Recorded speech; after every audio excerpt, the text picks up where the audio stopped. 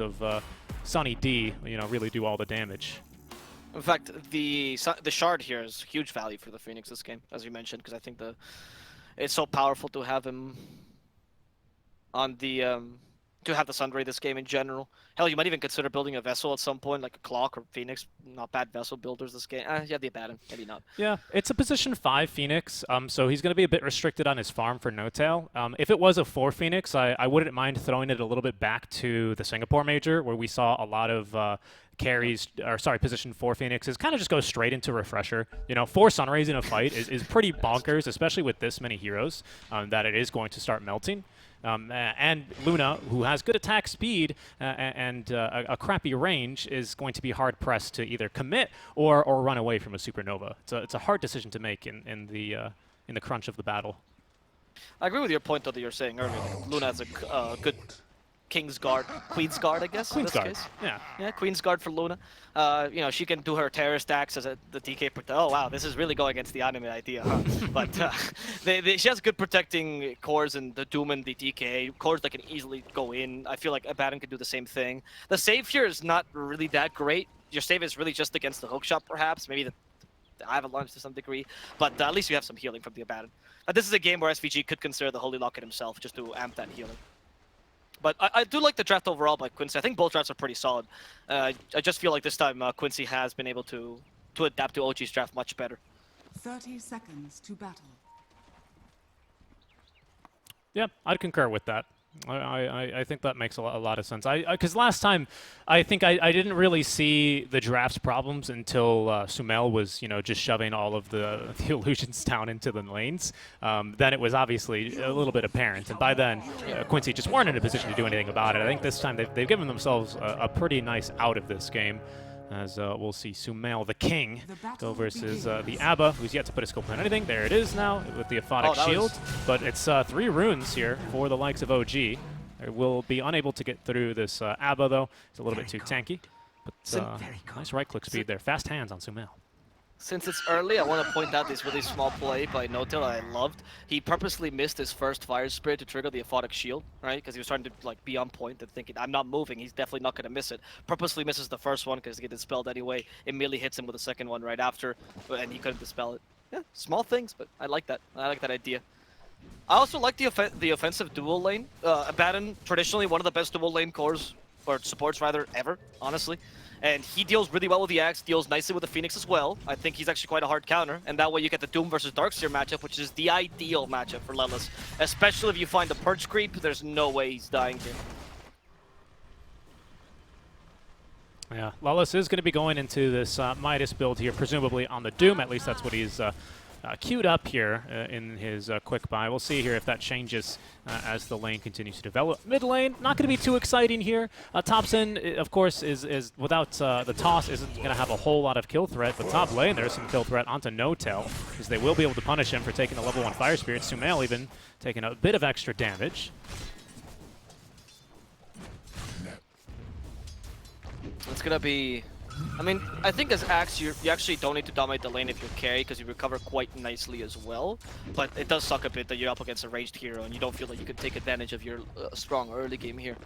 And the Abaddon is also not a hero that Axe likes to deal with once you have the Curse. I like that he went for the 1 point in Curse. Yesterday we saw Celery, for example, going full heal, and I appreciate how kind of person Celery is, and he wants to just help his teammates, but I think the Curse is really valuable against any melee lane.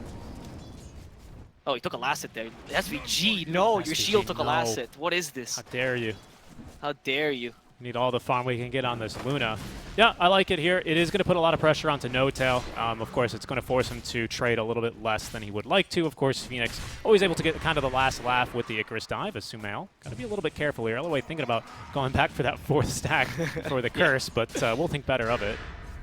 As, there's that thought process where like, oh, if I hit him, I'll hit him even faster. Oh, but then he'll spin even more. Then he'll spin. Yeah, exactly. Yeah. That's the thing. But now he's going to die. Sumail for free? I genuinely just went back for it, and SVG, that Orb of Venom, it's punished him pretty hard here, giving it so much space to UR. And yeah, it's true that that you can recover, but the idea is not to die in the lane, unfortunately. Sumail doesn't have the highest armor early, so the damage from the Luna and the Abaddon really does pile up. Really good base damage on an Abaddon. Yep, both of these slows being incredibly annoying. Yawar, not like this is too bad of a lane for him anyway. You know, very similar to something like a Timbersaw lane. You don't mind using all of your mana on Lucent Beams just to be able to harass and get Sumail within that kill range. Topson already utilizing the toss here versus Quinn. But Quinn, 2 points into the Dragon's Blood here. He's gone now for 1-1-2. It was 0-1-2 at level 3 for him. Bottom, they are fighting though versus Lelis. Yeah. Oh, the vacuum sends him back, and Lelis might just die to this Seb, just in range of the Iron Shell. That's a bit too fast. No, creeps are coming for him. Oh, no, the creeps are attacking Lelis. You ate my brother, now you must die. Seb will fall though to the acorn shot from MSS, but that was quite the revenge of the creeps. The Scorched Earth triggered all the aggro around the area. Yeah, Lelis got ganked by the neutrals right there, which wasn't expected, unfortunately for him. Finally, some justice. Doom's eating creeps every year, and they never get any retribution. It is at the very least a deny. So, you know, it's not the best news for Lelis. They are able to get the kill onto Seb. But it's not too bad either, because he's going to be able to get the free TP on back. He doesn't have to use any of these tangos, and without a healing salve, he would have been pretty low HP for the rest of the laning stage, which is not what you want versus this Darkseer clock lineup. The top lane, though, Notel does not have the Icarus dive, but LOA just doesn't have the HP here, as the glaives that you are throwing here, triggering a couple of these spins are more than enough to almost completely kill the Abba. No, but so since Yawar is still having a pretty nice farming lane, you know, and definitely he's a bit faster a farmer than the Axe. I don't think it's too worrisome right now. The onus right now for OG, I think, stands on a really strong Topson that did win his lane against the DK, and will now start to gank all over the map as he likes to do. Oh, Topson's actually considering a Midas here. Interesting. As per usual, you look at whatever Topson's building and you go, oh, okay. Maybe he's looking to be like a secondary option for a carry in case the Axe doesn't work out, you know, instead of a Tempo Tiny, being able to rotate into being a true carry in the late game. I don't mind this with a Shard build. You know, I kind of want to think that, you know, Quincy swapped the lanes here, of course, going for the Luna versus the Axe of Sumail. And they asked, hey, do you want to switch these lanes? And Sumail went, nah, it's okay, I'll just beat him. Yeah. It might be. Yeah. It's actually a true brother against brother lane. It is, yeah. And I mean, good denies though on Yawar. I think that's what that tip was about. Must have gotten a deny on the range creep. Our Tiny though is looking for a gank. He will be hard pressed to connect this one because he is sitting underneath a freshly placed Quincy Observer Ward. So he's going to go ahead and rotate back to the mid lane. Take Grow at level 6, by the way, here for our Tiny. Interesting. Again, not like a ganking Tiny. Wait, Sumail on the top lane could be in trouble. I don't think he's going to die here. No-Tail's here to cover him. Nice Spirit, and Sumail should be fine. In fact, SVG now in trouble, but has the Magic Stick. We're not going to die to the Spirits either. So yeah, Thompson's going for like almost a carry Tiny for the mid lane. Playing it more like a win condition, probably allowing Sumail to be more of the tempo controller this game, and the space creator, you can call him. I think that works out, honestly. I think carry X is best played when you play him with tempo, so I don't mind that. And Tiny could mitigate your weakness in the late game. As I said, Tiny Shard, honestly, a legitimate carry. So they played it in China once. What do you think we're going to see then? Do you think this is going to be like a throwback to the TI9 Tinies going for that Echo Saber Ags into the Daedalus, or like what? No, I think it's the carry Tiny that we saw in China a while ago. I mean, not with a Midas added, but like the SNY. Maybe probably still a Blink Dagger, but like, and get by the Shard as soon as you can. And just play like a normal strength core, honestly. That's what I'm thinking. And it's all Harass eventually. Like the IO Tiny, you know, back in those days when the IO Tiny was a thing. I think that's how you're going to build it. Okay. I like the idea of that, then. We'll see how it works out. It's Topson, so it could just be Midas E-Blade. I mean, knowing him. Right? Yeah, good point. Good point. So, MSS is going to find himself in a bit of trouble here. We've got now still no cogs actually ready for him, but they won't even need it with the vacuum pulling him back into his death. Double Ion Shell, level 3 now, quickly tearing through the squirrel. All right. It's an easy kill, obviously, at MSS. Not much you can do against Darkseer. I mean, honestly, anything that can catch you in the trees pretty much kills you. So the vacuum is quite crucial. Breaks your scurry as well. Alright, King has already moved into the jungle here, farming up a couple of stacks. Yaba's going to be here just to soak a little bit of the experience. There he is, now up to level 4. But with that Vanguard completed, there's not really such an easy way to kill this Axe right now, unless you get an Eclipse onto him. SVG just running in and out. There's only one true king. Actually joking. One true king. Oh, no. Keeps trying to harass here Sumail. Taking away the experience, kind of important, honestly. as SVG does. I mean, he just gets a free level from this. You compare his levels to the Phoenix, who's trying to sap the experience in the lane. Kind of even. No-Tail trying to protect this tower, but might die as a result. No-Tail. He's got Icarus He has dive. Icarus dive, but Bushwhack, Lucent Beam on top of that. They're chaining their stuns well. No-Tail a bit too fast. Will get away. Yeah, they. Bottom lane. Letless in trouble. He does have a Doom, and sorry, he used the Doom on Saksa, and will get the kill as a result. SVG even comes in here to heal him back up. Quinn, though, still As chasing Seb Seb. could be in trouble. We have a Dragon Tail available. For now, slowing him down. Seb has the Surge, and now ready. TPs instead. Do they have enough damage to punish this? Bulls. No, they don't. Seb gets back home. Even the with neutrals a sliver helping of out life. there. Yeah, he's going to be able to escape. They will eventually catch up to No-Tail back top lane, so they do punish him not having that Icarus dive at the ready. This does allow Luna to then cut the wave and start applying some pressure into this top lane. The nice part about switching and kind of going aggro with your carry in the side lane is that you've already made the rotation, right? So this is normally where Luna would want to be at this stage of the game. Farming the jungle a little bit, sure, but then eventually looking to push back top lane as there goes Thompson, finding the Avatos kill there onto LOA. That's going to be just him. Well, smart rotation. He has a ward here, so he might have seen him eventually start walking on over in that direction, but no ward there for the vision. Just a nice kill. No-Tail? I mean, the amount of time that No-Tail's spending on the top lane and preventing them from just having a free push, it's actually kind of useful for his team. It's giving his team a bit of liberty to go and gank and do other stuff in other lanes. The problem, though, is that if he keeps dying, he's just also giving them a free creep. MSS. Doesn't have Icarus dive. There's Acorn shot still available. Oh, maybe this was a bait the whole time. We're seeing a rotation. No, No-Tail's already dead. Thompson's but here. Thompson's here. Kills the courier. And might also kill a carry. On top of that, Samael has the Berserker's Call. Oh, nice bushwhack though, but Yawar might just die. Hit Samael one extra time. And that canceled Yawar's life. Leslau. Saksa finds Lelis, by the way. Oh no, it's not going to be easy for Leslau to get away. And he's going to die here. Simple Iron Show, Wall Replica even set up. Quinn and MSS coming in, the reinforcements going for Saksa. They stun the Clockwork, just go through the wall. Escape thanks to the slow. Saksa gets hit by the bushwhack. No chance. He's going to die as well. Seb, by the way, is going for the very classic Darkseer build here. Just going Vanguard, not too rare of an item, and a great one to have, of course, versus the Luna, then straight into the Crimson Guard. So he is prepping for some earlier engagements, hoping to keep his foot on the gas versus the likes of Quincy Crew, making sure that this Luna is not going to be able to outscale. I think the game plan this time around for Quincy is that if they can take this late game, they'd be more than happy to do so. They're probably looking at this lineup that OG has and going, oh yeah, Luna late game will absolutely crush these guys. They just got to get there. OG are of course, going to do everything in their powers to stop that from happening. As here's Midas now being delivered to Thompson. He is queuing up the Blink Dagger next, so still looking to be able to accelerate his farm through a couple of Blink, Avatosses. We'll see how this works out for them. This deviation from the build. It honestly might just completely lose them the tempo and also the late game if Tiny can't make it. Because the Blink Dagger will be much more delayed. But I think the idea is pretty solid. As you play with the Axe tempo a bit more, right? Because you go Blink Vanguard on the Axe, or actually he's going to go for the Yasha straight up. And then that way you play maybe around the 20-minute mark. Tiny is not going to gank too much early. You don't have great ganking partners, so instead you spend this time farming. Smokes break. I think the logic checks out. Oh, No-Tail. Just Icarus dives right into MSS, unfortunately. He will be taken down.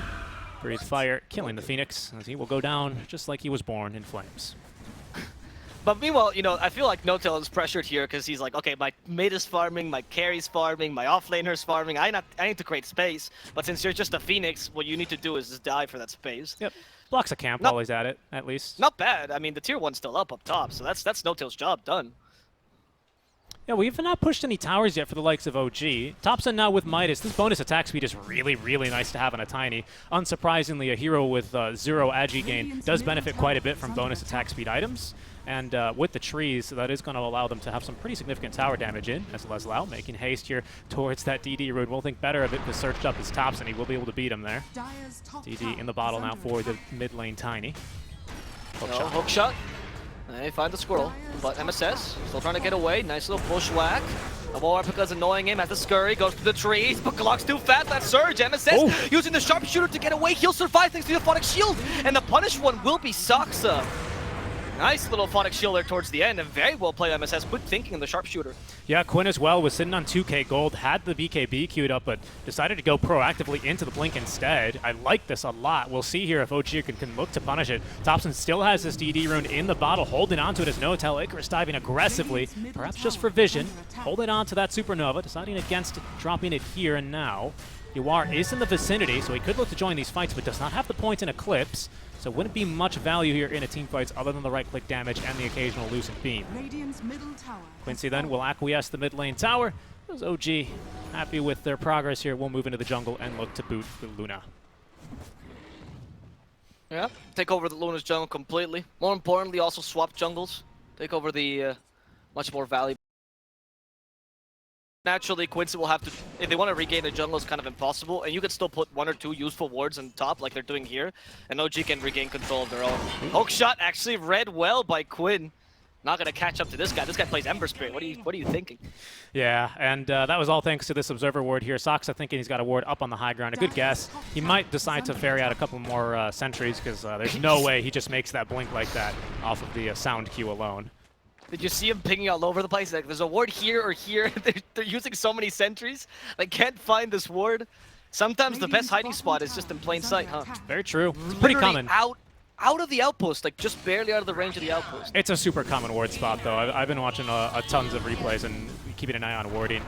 Usually the most contested ward spots are right here on the cliff, and then the second one that they like to put wards in is going to be right here next to the outpost. This one is just simply dewarded too often, and this one's a bit sneakier, and it feels a little bit awkward to put a sentry right there next to your outpost to protect it. Quincy's got to watch those replays too, because they didn't guess this, and the ward is going to expire. Ended up being pretty... Sorry, OG's got to watch those replays, what I meant to say. That's where... As Quincy take advantage of that, and DK's alive, continues to farm. They're going to need to...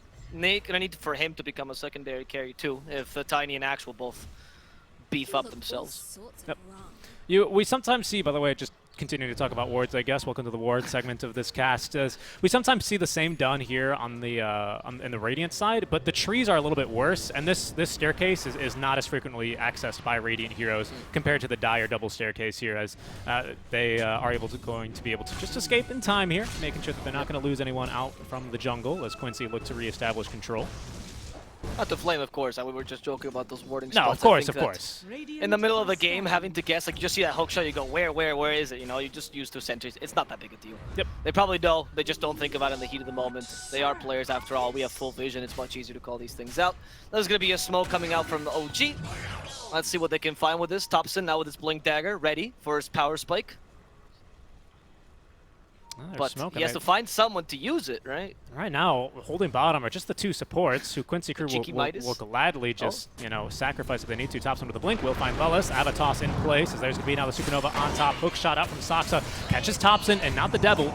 They will be able to smack the Devil out of him there with that last tree out from Thompson to secure the kill. Well done. That kill pretty valuable, honestly, because Doom, highest net worth, honestly, in the game. He went for the Midas build as well, so you punish him before he gets that BKB, slow on that BKB.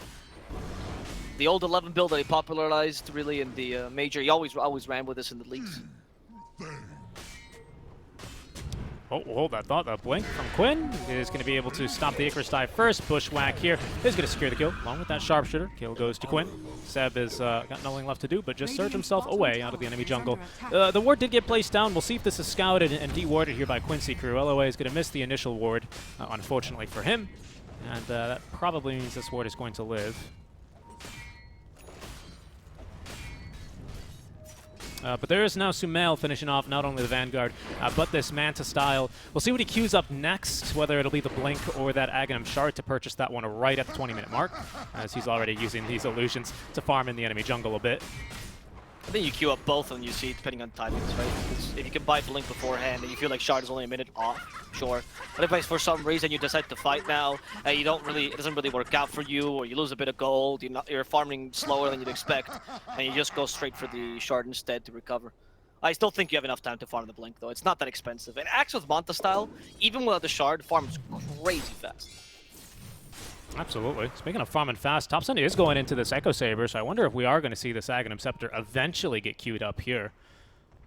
Is the Midas... Okay, so maybe the Midas not to change builds whatsoever, but just to match the timings on Axe instead. which I might even like Radiant's more. You know, middle like a complete tower shift is from the under build is attack. more exciting, obviously, as a caster, but when you see this, it's like, it's playing to the strengths of your draft, acknowledging that Quincy Crew is not going to fight you early. You don't have someone to go ganking with. What do you do with the extra gold? Do you buy drums? Just go for the Midas and ensure that you have some late game progression. I'm okay with that too. And if there's one thing I do remember from TI9 2 years ago now, it's the ridiculous amounts of damage this tiny eggs did end up doing.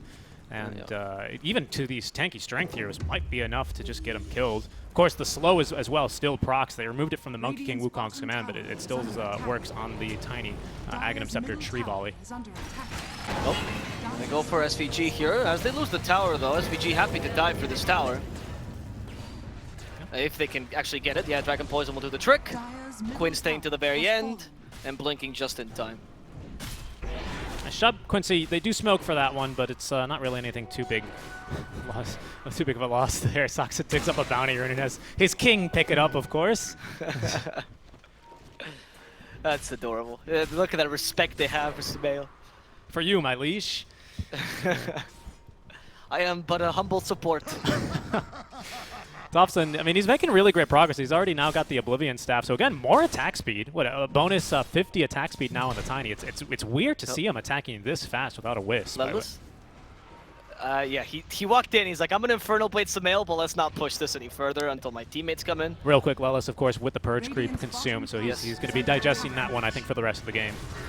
Okay, do him immediately for Sumail. Good choice, honestly. Activates the BKB. They Toss try to back. toss him to safety. Seb on the run away, giving him the Push surge. back. Immediately purged by Lelis. He was waiting for that. He knew that was going to happen, and that guarantees the kill on Sumail. Where's the tip, Lelis? Where's the from him. offended spray? Not from him yet. You're down one game versus OG. You don't start to try and tilt them now. If anything, that usually just powers them up, and it turns the anime That's true, music that's up to true. 11. Yeah. Smoke here from Quincy Crew. Still a DD on Quinn. This could be bad for OG. It's Thompson will break the smoke here. Quinn, though, with no vision, doesn't have anyone to jump onto. We'll see Thompson, though, in the smoke.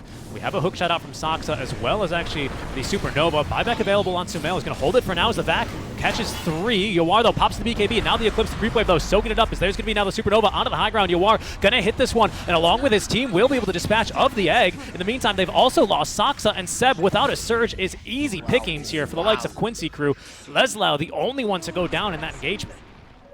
Yawar on point with his targeting there. Thompson. Okay, they actually might still go for him. They just dispelled the Not Battle an Hunger. illusion. Sumail avoided Dragon Tail. Well done. Still caught SVG with that Berserker's Call. No big deal. Yeah, so the idea of using the Eclipse to cover himself while he was hitting the egg from the low ground, very, very smart there by Yawar. And even the Glaze ended up killing some of the supports. OG had no way to murder him there because he knew he had just wasted their big combo. Well played. That was a very consistent play. Huh, I like it. It's going to be a big win. Unfortunately, without the ultis and Elder Dragon form ending, they're not going to be able to turn this into objective, whether that be a tier 2 or Roshan. But it's the nice play of aggression. It's the opportunistic smoke, right? Where hey, we just got a kill. We used a couple of ultis. Their counter initiation's really weak right now. Let's go and look for an extra +1, an extra +2. Works out beautifully for Quincy Crew. They extend their network lead just to a friendly little 3K here. They're going to have to be a bit careful. What that also does, by the way, is it buys them time for Lelis to get his Doom back online. It's 20 seconds compared to if they don't fight right now, OG likely group up and look to fight around the cooldown of Doom. They just don't have that option anymore. Yeah, and because of that fight, you also delayed the Blink Dagger a bit further on Sumail. I mean, you just got the Shard instead, like I said, right? If you feel like you can't farm the Blink Dagger in time, you have to go for recovery. Shard is better, it improves your farming speed, but this delays the time where you can fight even further, right?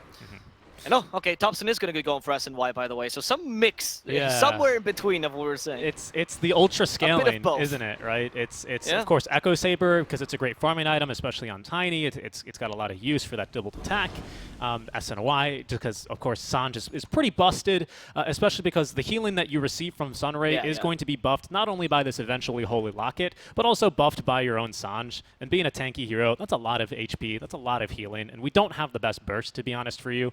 Thompson's not going to be dying within the first 6 or whatever Eclipse shots that could connect onto him if there's a Sunray on top of him. So it's I like the builds. It's just pure late game scaling, giving them a plan B into the late game should they need it.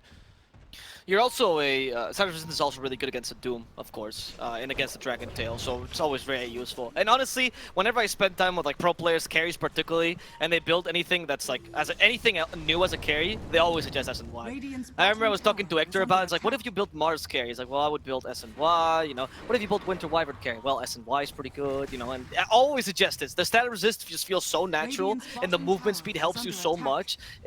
You never go wrong with that item. I was convinced that they were going to nerf the status resist aspect of that item, and they didn't. I think they nerfed like the HP and healing amp and the lifesteal amp on it, which is something, I suppose, but it's no surprise that with status resist, it's still one of the most popular items of the entire patch, at least the size. I mean, just you having it, like, unless they nerf it to an absurd amount, you know, I just think it's, like, if they were to nerf it even to 60% or 14% or whatever it is, it would still be useful. They were pushing down bottom. Quincy, of course, scouting this are going to force them back as they're scouted by the Rocket Flare and say, if you want the tier 2 tower, that's fine, but we'll take Roche for that one.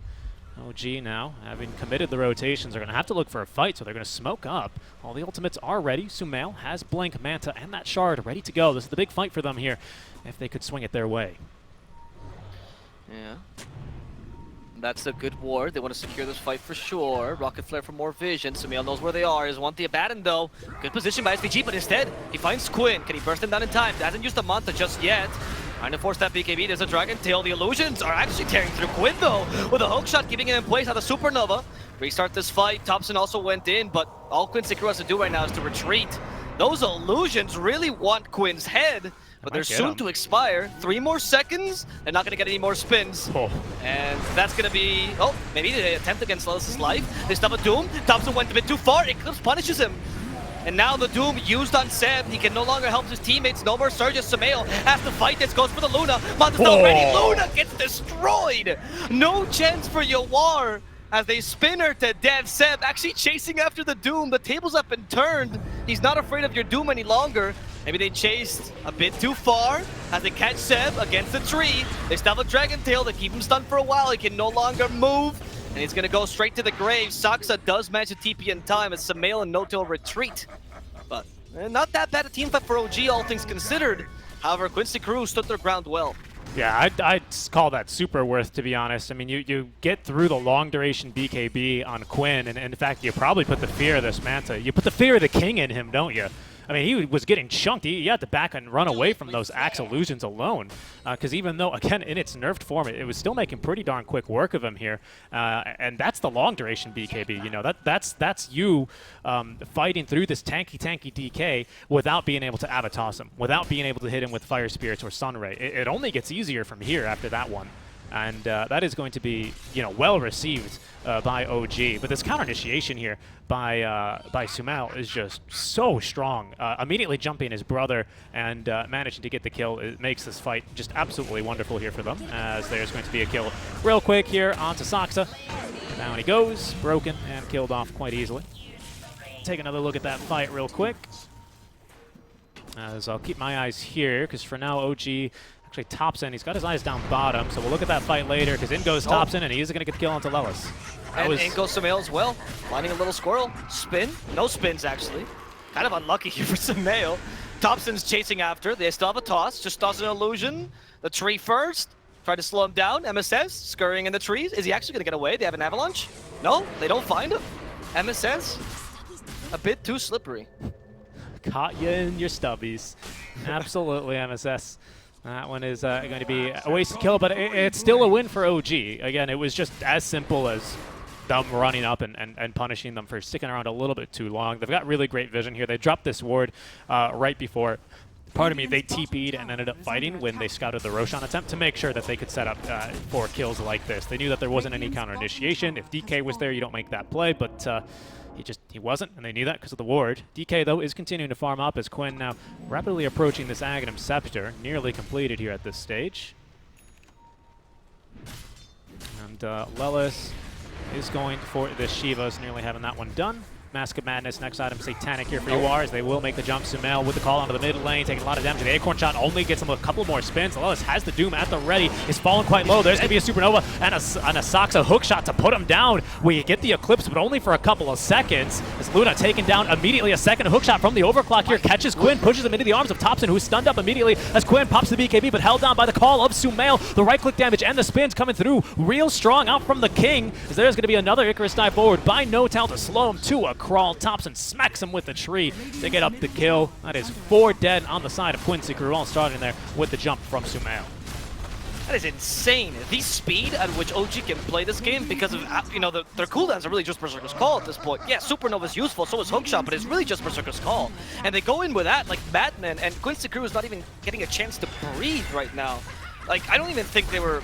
I wasn't even expecting that initiation. Between that and the Surge, of course, just walk in and murder. Sumail now takes a free rack to this, I'm imagining. Yep. I mean, that is the thing. They are kind of, well, they're not that weak in pushing, especially if we do get this tree grab talent, or the Aghanim Shard is what I meant to say. But that fight was just so brutal. Yawara finds himself just in the wrong spot. I don't think was expecting OG to be, you know, immediately reinforcing for that team fight. Trying to see here in this replay which angle he ends up approaching from, because I don't believe he got sucked in by that vacuum wall combo. Gets tossed in, I believe. Thompson tosses it in to just completely his death. So nice catch there from Thompson. He's able to immediately blow up the Luna, identifying who the damage dealer is going to be, and through the Eclipse, very easily getting the kill. Second hook shot out from Soxa. After the first one was just a thing of beauty to be able to make sure they get that follow-up kill onto Quinn. And now it's going to be Quincy Crew looking for return. For vengeance after they've lost the Usurper. Sumail breaks the smoke, only sees Aloe away. Knows that there's going to be more heroes here, though. Nice ward placed down. Does scout Soxa, but Seb hiding in the trees. Sumail's looking to force him away just with the illusions alone. Initiation for the Phoenix here. There's no egg. Oh, actually just got it. NoTel can use it again. He wants to put himself in position right behind him. They're giving them no chance to retreat. They're stuck in those cogs. What are they going to do? Literally destroyed there. All three at once. Those supports pretty much winning the fight for them. Spin to win. I mean, it was honestly just NoTel and Soxa there. Condemning Quincy Crew. Crushing them because they chose to go in a choke point like that. Yeah, and then of course having that second hook shot just you know, for the insult, really, is going to possibly condemn Quincy Crew here. 11k net worth lead. You got buyback on at least 2 of your cores, but Quinn without buyback and Elder Dragon form or BKB for some time now. So there goes the Fortify already. Top lane, MSS is trying to stop NoTel from split pushing. I think he missed. Probably connected the bushwhack, but NoTel just tipping him anyways. NoTel's just here to cut the wave. Yeah, they're eventually going to want to bring more pressure here. You know she's winning when they bring out the tips. You know, first you tip, then the voice lines, then is the fountain dive. Then it's the fountain dive, yep, in that order. Let's see if this game they can afford to do that as well. I mean, I think Quincy still has a chance to bring this back, not gonna lie, but it's a tough one, right? You have a good single target initiation, decent save, but it won't work against the Axe. What Quincy needs to do is just be able to organize themselves appropriately against this incredibly annoying Vacuum and Berserker's Call. If they're able to take a fight on their own terms with the lines that they want, with, you know, DK Doom in front, Luna a bit back, being able to put out damage, Hoodwink and the advantage of saving people left and right, it's still possible for them. It's just so difficult to do that against a haphazard OG. Yeah, and the builds that they've gone for here on OG are making this game really difficult for them to play. Thompson decided against going straight into that Crimson Guard that he had queued up initially, but Sumail did itemize, I think, quite beautifully this game. Of course, the Vanguard, the Manta, the Blink, the Shard, but straight into the AC immediately after. Helps out their push, helps defend against the Luna, helps you get through all that armor of hers as well as the DKs. So really, really nice items and good itemization here. Sumail now, the King with his second life, so long live the King twice. Will be able to even jump in further aggressively here, especially after he completes this overwhelming blink. Already clocking in at 3,000 HP. Is going to be looking to pick up a bit more after that Reaver. But hey, you know, if history has taught me anything, is that kings die when you least expect it. So it's the turn for the Usurper to start doing his thing. Let's see what Big Bro can do now. It's hard though, Avo, because we can't put him out of position. We don't have like a mag. We don't have a Tiny, right? Like he's gonna have his team, and now with 3,400 HP, I don't know how we get through him his first life, let alone the second life here, especially with so much healing coming through. It's gonna be difficult. Quincy are quite facing an uphill battle here. Oh, there's a smoke here. Samael. What's he gonna initiate on? If he catches Quinn, this is bad. Oh, they missed the Berserker's Call. This is your chance, Quinn. They hit immediately. Hook shot stopped. There's no Berserker's Call. They're still dealing with a bit of damage, but not that big a deal. In fact, Supernova even got used here. This might be a chance for Quincy Crew to walk back in. They still have their ultimates. They just need some stuns or something to deal with Samael, but oh, even if now you can't go against them, I mean, I guess there's an Aegis, but what other chances will you have? Thompson, by the way, just going into the demo mode tiny build. He's gonna figure out how quickly he can beat through these barracks. Moonshard queued up next after the Echo Saber S and Y. Of course, still getting this bonus attack speed from the Hand of Midas, but once more, holding onto the Elven Tunic, holding on and building up towards that Hyperstone. Love to see it. Bushwhack. Okay, I mean they're trying their best at Look at the attacking heals. Samael. What do you do? You do nothing. Oh, in goes Thompson. There's the Eclipse used by Yawar. And Eclipse puts him in a pickle. Okay, they actually broke Samael. That's a lot of damage. the The back sharpshooter wall. with the vacuum puts him back in the wall. Luna needs to run away. She can't hit anything. In fact, she's close to the cogs. Saxa deals with the Yawar alone. As Samael only lost his first life. The Doom's been used on Sev, but he just wants to tank this. They go for Quinn, and Quinn falls. SVG won't last either. They even found the dive ever so slightly to get Lelis out of his comfort zone and GG. into the grave. OG will win game number 2. And 2-0 Quincy Crew. Yeah, really convincing gameplay out from them. 2 fantastic drafts and solid gameplay to back them up here. I love the like watching Thompson back in his groove, being able to go